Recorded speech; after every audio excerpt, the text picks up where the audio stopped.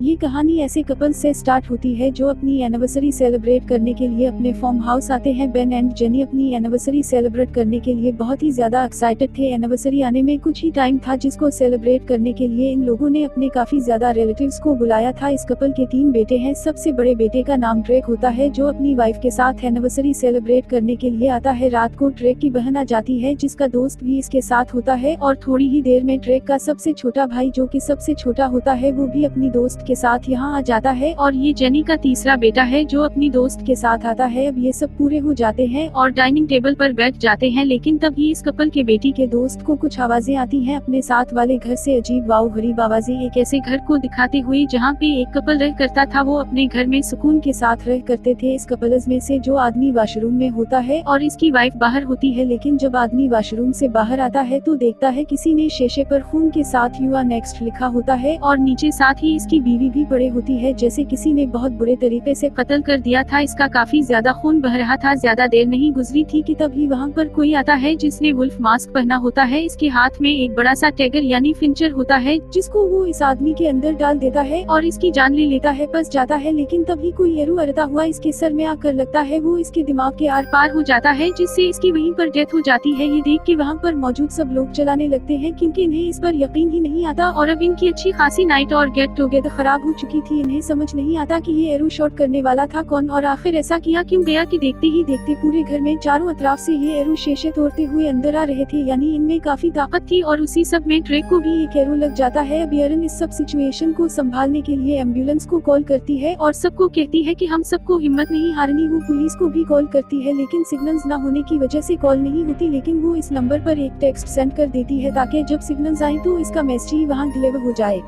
अब इस कपल की बेटी कहती है कि यहाँ सिग्नल्स नहीं आ रहे तो मैं सेल फोन बाहर लेकर जाती हूँ ताकि सिग्नल्स आ सके। तो वो तेजी से भागने लगती है कि कहीं कोई इसे एरो ना लग जाए, लेकिन दरवाजे के बाहर बहुत बारीक वायर होती है जो कि कोई भी देख नहीं सकता था। इसके भागने की वजह से इसका गला कट जाता है जिसे देखकर सब बहुत रोने लगते हैं, स्पेशली इसकी मदर। तो इसके फादर अपनी वाइफ को इनके रूम में लेकर देते हैं कि अभी आप रेस्ट करें। वो अभी भी रो रही होती है कि तभी इन्हें आवाज आती है जैसे बेड के नीचे कोई है और जब वो पीछे मुड़कर देखती है तो वही वुल्फ मास्क वाला आदमी होता है जो कि उसी चाकू से इसके फेस पर वार करता है जिससे वो मर जाती है। अपनी वाइफ की आवाज सुनकर जब वो आदमी ऊपर आता है यानी इनसे बच्चों का फादर, तो ये सब देख के काफी रोने लगता है। इनके बच्चे इन्हें जब करवाते हुए नीचे रह कर आते हैं, लेकिन ड्रेक की वाइफ वहीं पर होती है और इस रूम में यू आर नेक्स्ट लिखा हुआ था जैसे हमने पहले देखा। जब वो लड़की बेड के नीचे देखती है तो वही वुल्फ मास्क वाला आदमी होता है। वो नीचे आकर रोने लगती है और सबको बताती है कि वो अभी भी वहीं पर है। वो घर से बाहर आ जाती है। इसका हस्बैंड ड्रेक भी इसके पीछे आता है लेकिन इसके सर में एरो लगा होता है और आसी वायर से टकराने की वजह से वहीं पर गिर जाता है। ड्रेक की वाइफ सीधा नेबर्स के घर की तरफ जाती है और इनका दरवाजा नॉक करने लगती है लेकिन कोई भी दरवाजा नहीं खुलता। इसके पीछे भी वही वुल्फ मास्क वाला आदमी आ जाता है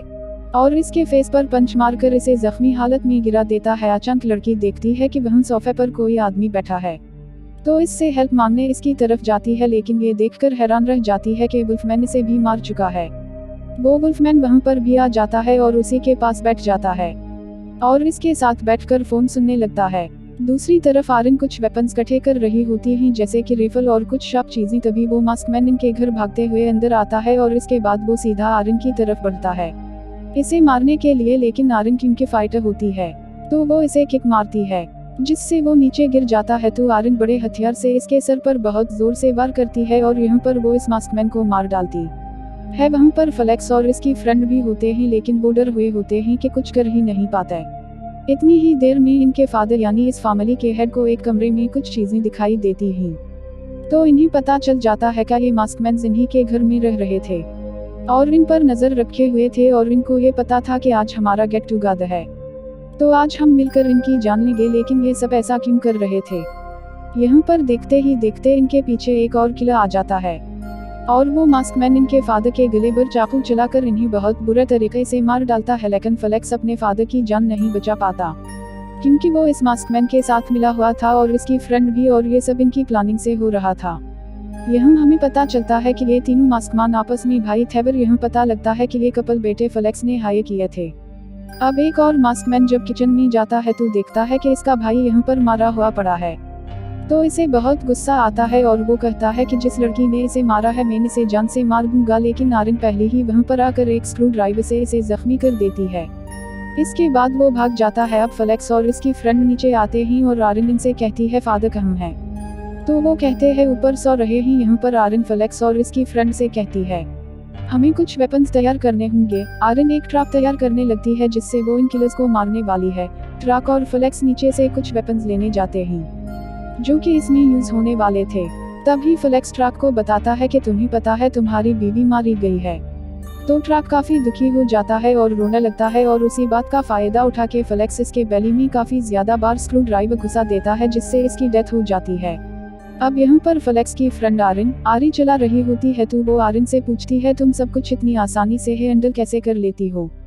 तो आरिन कहती है मैंने सीखा हुआ है, मेरा बचपन सर्वाइवल गेम्स में गुजरा है जहाँ हर इमरजेंसी को मैं डील किया करती थी। अब वो कील लगे ट्रैप्स डोर्स और विंडो के आगे रख देती है और जैसे ही ऊपर ये टराबिज लगाने जा ही रही होती है तो इसकी नज़र इन सब के फादर पर पड़ती है जिनकी जान बहुत बुरी तरीके से ली गई थी।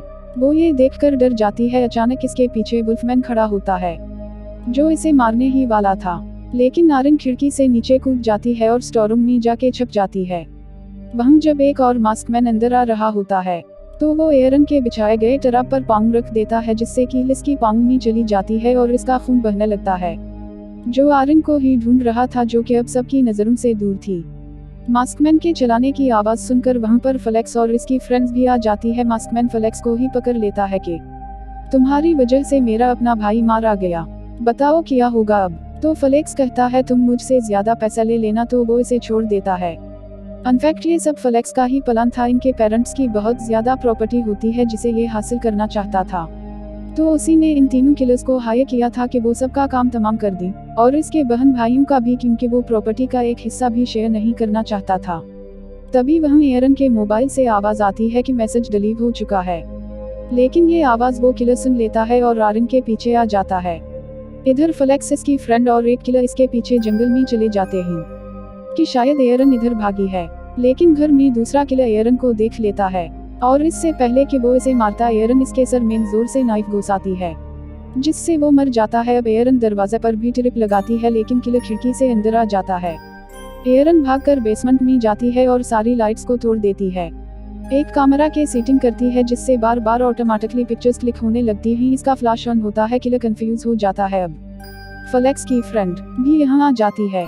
वो एरन को पकड़ लेते हैं और लड़ने लगते हैं। एरन भी फ्लेक्स की फ्रेंड के बाल पकड़ के खींचती है। उसी तरह काफी देर तक इनमें लड़ाई होती है और वो लोग एक दूसरे को उसी तरह से मारने लगते हैं, लेकिन इस बीच एरन को भी नाइफ लग जाती है। एरन फ्लेक्स के सर पर ग्राइंडर बहुत जोर से मार देती है, जिसकी वजह से इसके सर से बहुत ज्यादा खून आने लगता है और भी ज्यादा खून तब आता है जब एरन फ्लेक्स के ही सर पर वो ग्राइंडर का स्विच ऑन करके चला देती है और फिर एरन अपनी कमर से नाइफ निकालकर फ्लेक्स की फ्रेंड के सर पर मारती है, जिससे वो भी यही मर जाती है। अब एरन सुकून का सांस लेती है, ये सोचते हुए कि शायद सारा किलर्स अब मर गए, लेकिन अभी कहानी में तो ट्विस्ट आना बाकी था। अब यहाँ एरन बैठी होती है, तभी फ्लेक्स का फोन रिंग होता है जिसे एरन उठा लेती है।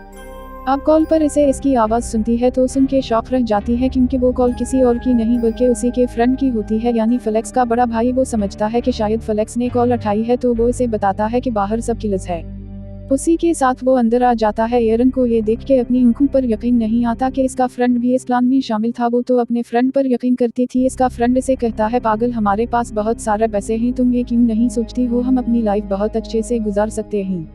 लेकिन अब एरन इस जैसे इंसान पर यकीन ही नहीं करना चाहती थी जो कि एक मरदूद है, तो एरन इसके गर्दन में नाइफ से सटिक कर देती है। उसी वक्त वहाँ पुलिस आ जाती है और एरन को ऐसा करते देख के समझती है कि एरन ने ही सबको मारा है, तो वो ऑफिसर इसे शूट कर देता है, जिससे वो भी मरने के करीब आ जाती है। अब पुलिस ऑफिसर अंदर आने लगता है, लेकिन दरवाजे पर तो टराब लगा होता है जो कि एरन ने ही लगाया था इन किलर्स के लिए।